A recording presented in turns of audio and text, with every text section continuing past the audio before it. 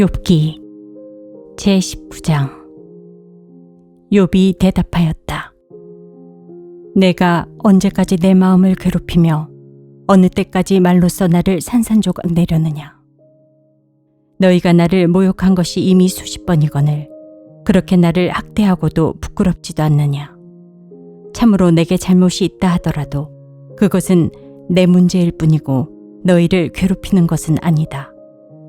너희 생각에는 너희가 나보다 더 낫겠고 내가 겪는 이 모든 고난도 내가 지은 죄를 증명하는 것이겠지. 그러나 이것만은 알아야 한다. 나를 궁지로 몰아넣으신 분이 하나님이시고 나를 그물로 덮어씌우신 분도 하나님이시다.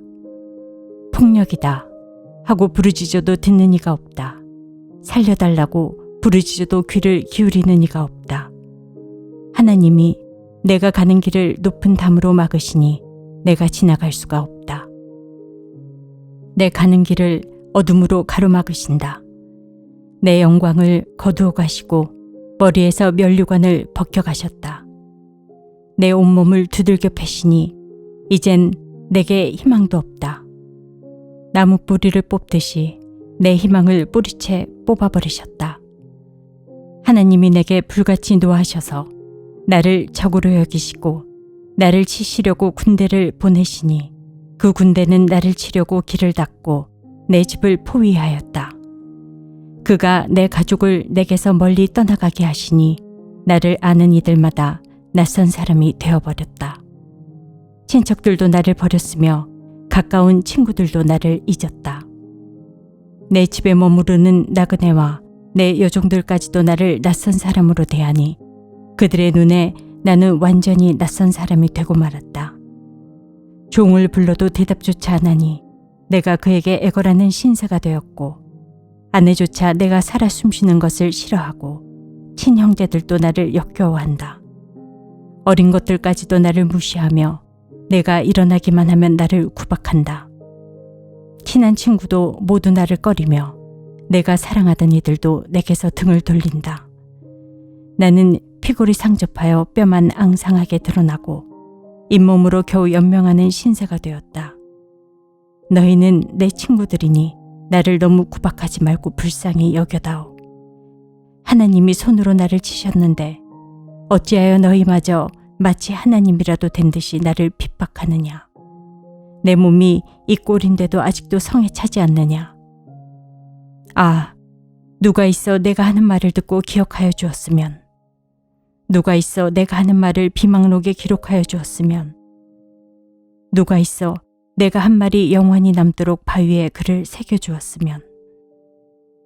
그러나 나는 확신한다. 내 구원자가 살아계신다. 나를 돌보시는 그가 땅 위에 우뚝 서실 날이 반드시 오고야 말 것이다. 내 살갗이 다 썩은 다음에라도 내 육체가 다 썩은 다음에라도 나는 하나님을 배울 것이다. 내가 그를 직접 뵙겠다. 이 눈으로 직접 뵐 때에 하나님이 낯설지 않을 것이다. 내 간장이 다 녹는구나. 나는 너희가 무슨 말을 할지 잘 알고 있다. 너희는 내게 고통을 줄 궁리만 하고 있다. 너희는 나를 칠 구실만 찾고 있다. 그러나 이제 너희는 칼을 두려워해야 한다. 칼은 바로 죄 위에 내리는 하나님의 분노다. 너희는 심판하시는 분이 계시다는 것을 알아야 할 것이다. 욥기 제20장.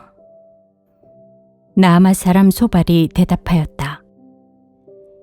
입을 다물고 있으려 했으나 너의 말을 듣고 있자니 화가 나서 참을 수가 없다. 내가 하는 말을 듣고 있자니 모두 나를 모욕하는 말이다. 그러나 깨닫게 하는 영이 내게 대답할 말을 일러주었다. 너도 이런 것쯤은 알고 있을 것이다. 이 땅에 사람이 생기기 시작한 그 옛날로부터 악한 자의 승전가는 언제나 잠깐뿐이었으며 경건하지 못한 자의 기쁨도 순간일 뿐이었다. 교만이 하늘 높은 줄 모르고 머리가 구름에 닿는 것 같아도 마침내 그도 분토처럼 사라지고 말며 그를 본 적이 있는 사람도 그 교만한 자가 왜 안 보이느냐고 물으리라는 것쯤은 너도 알고 있을 것이다. 꿈같이 잊혀져 다시는 흔적을 찾을 수 없게 되며 마치 밤에 본 환상처럼 사라질 것이다. 그를 본 적이 있는 사람도 다시는 그를 볼 수 없으며 그가 살던 곳에서도 다시는 그를 볼 수 없을 것이다. 그 자녀들이 가난한 사람에게 용서를 구할 것이며 착취한 재물을 가난한 사람에게 배상하게 될 것이다. 그의 몸에 한때는 젊음이 넘쳤어도 그 젊음은 역시 그와 함께 먼지 속에 눕게 될 것이다. 그가 혀로 악을 맛보니 맛이 좋았다. 그래서 그는 악을 혀 밑에 넣고 그 달콤한 맛을 즐겼다. 그러나 그것이 뱃속으로 내려가서는 쓴맛으로 변해버렸다. 그것이 그의 몸속에서 독사의 독이 되어버렸다. 그 악한 자는 꿀꺽 삼킨 재물을 다 토해냈다. 하나님은 이렇게 그 재물을 그 악한 자의 입에서 꺼내어서 빼앗긴 사람들에게 되돌려 주신다. 악한 자가 삼킨 것은 독과도 같은 것, 독사에 물려 죽듯이 그 독으로 죽는다. 올리브 기름이 강물처럼 흐르는 것을 그는 못 볼 것이다. 젖과 꿀이 흐르는 곳도 못 볼 것이다. 그는 수고하여 얻은 것을 마음대로 먹지도 못하고 되돌려 보내며 장사해서 얻은 재물을 마음대로 누리지도 못할 것이다. 이것은 그가 가난한 이들을 억압하고 돌보지 않았기 때문이며 자기가 세우지도 않은 남의 집을 강제로 빼앗았기 때문이다.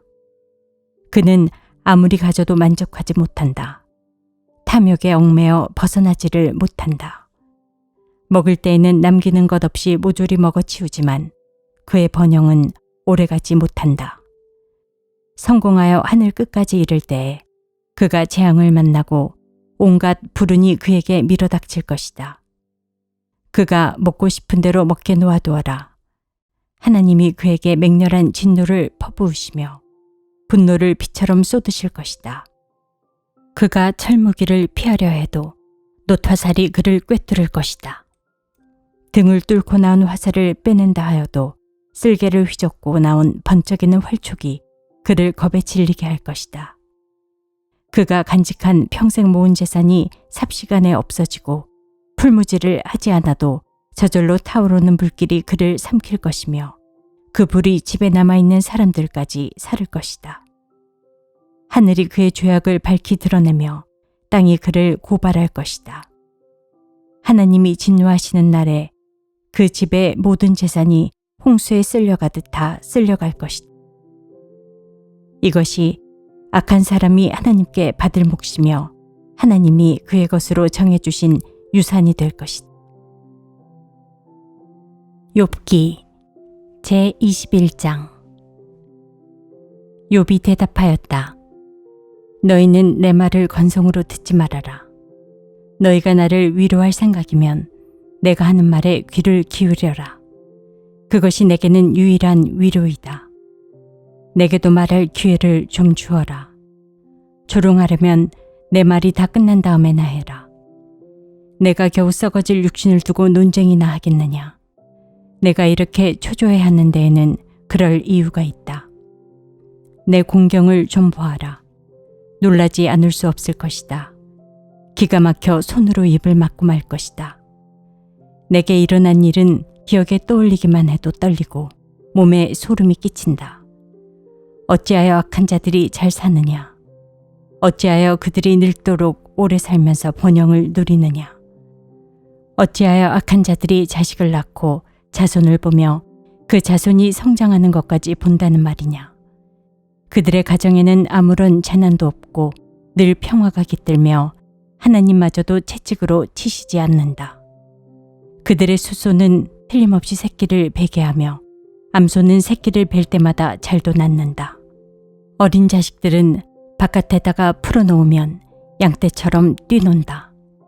소구와 검은고에 맞춰서 목청을 돋우며 피리 소리에 어울려서 흥겨워하는구나. 그들은 그렇게 일생을 행복하게 살다가 죽을 때에는 아무런 고통도 없이 조용하게 수올로 내려간다. 그런데도 악한 자들은 자기들을 그냥 좀 내버려 두라고 하나님께 불평을 한다. 이렇게 살면 되지 하나님의 뜻을 알 필요가 무엇이냐고 한다. 전능하신 분이 누구이기에 그를 섬기며 그에게 기도한다고 해서 무슨 도움이 되겠느냐고 한다.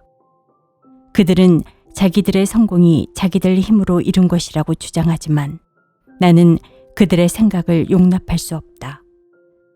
악한 자들의 등불이 꺼진 일이 있느냐? 과연 그들에게 재앙이 닥친 일이 있느냐?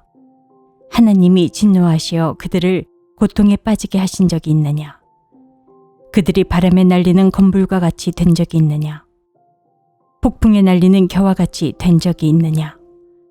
너희는 하나님이 아버지의 죄를 그 자식들에게 갚으신다 하고 말하지만 그런 말 말아라. 죄 지은 그 사람이 벌을 받아야 한다. 그래야만 그가 제 죄를 깨닫는다. 죄인은 제 스스로 망하는 꼴을 제 눈으로 보아야 하며 전능하신 분께서 내리시는 진노의 잔을 받아 마셔야 한다. 무너진 삶을 다 살고 죽을 때가 된 사람이라면 제 집에 관해서 무슨 관심이 더 있겠느냐. 하나님은 높은 곳에 있는 자들까지 심판하는 분이신데 그에게 사람이 감히 지식을 가르칠 수 있겠느냐. 어떤 사람은 죽을 때에도 기력이 정정하다. 죽을 때에도 행복하게 편안하게 죽는다. 평소에 그의 몸은 어느 한 곳도 영양이 부족하지 않으며 뼈 마디마디마다 생기가 넘친다. 그러나 어떤 사람은 행복하고는 거리가 멀다. 고통스럽게 살다가 고통스럽게 죽는다.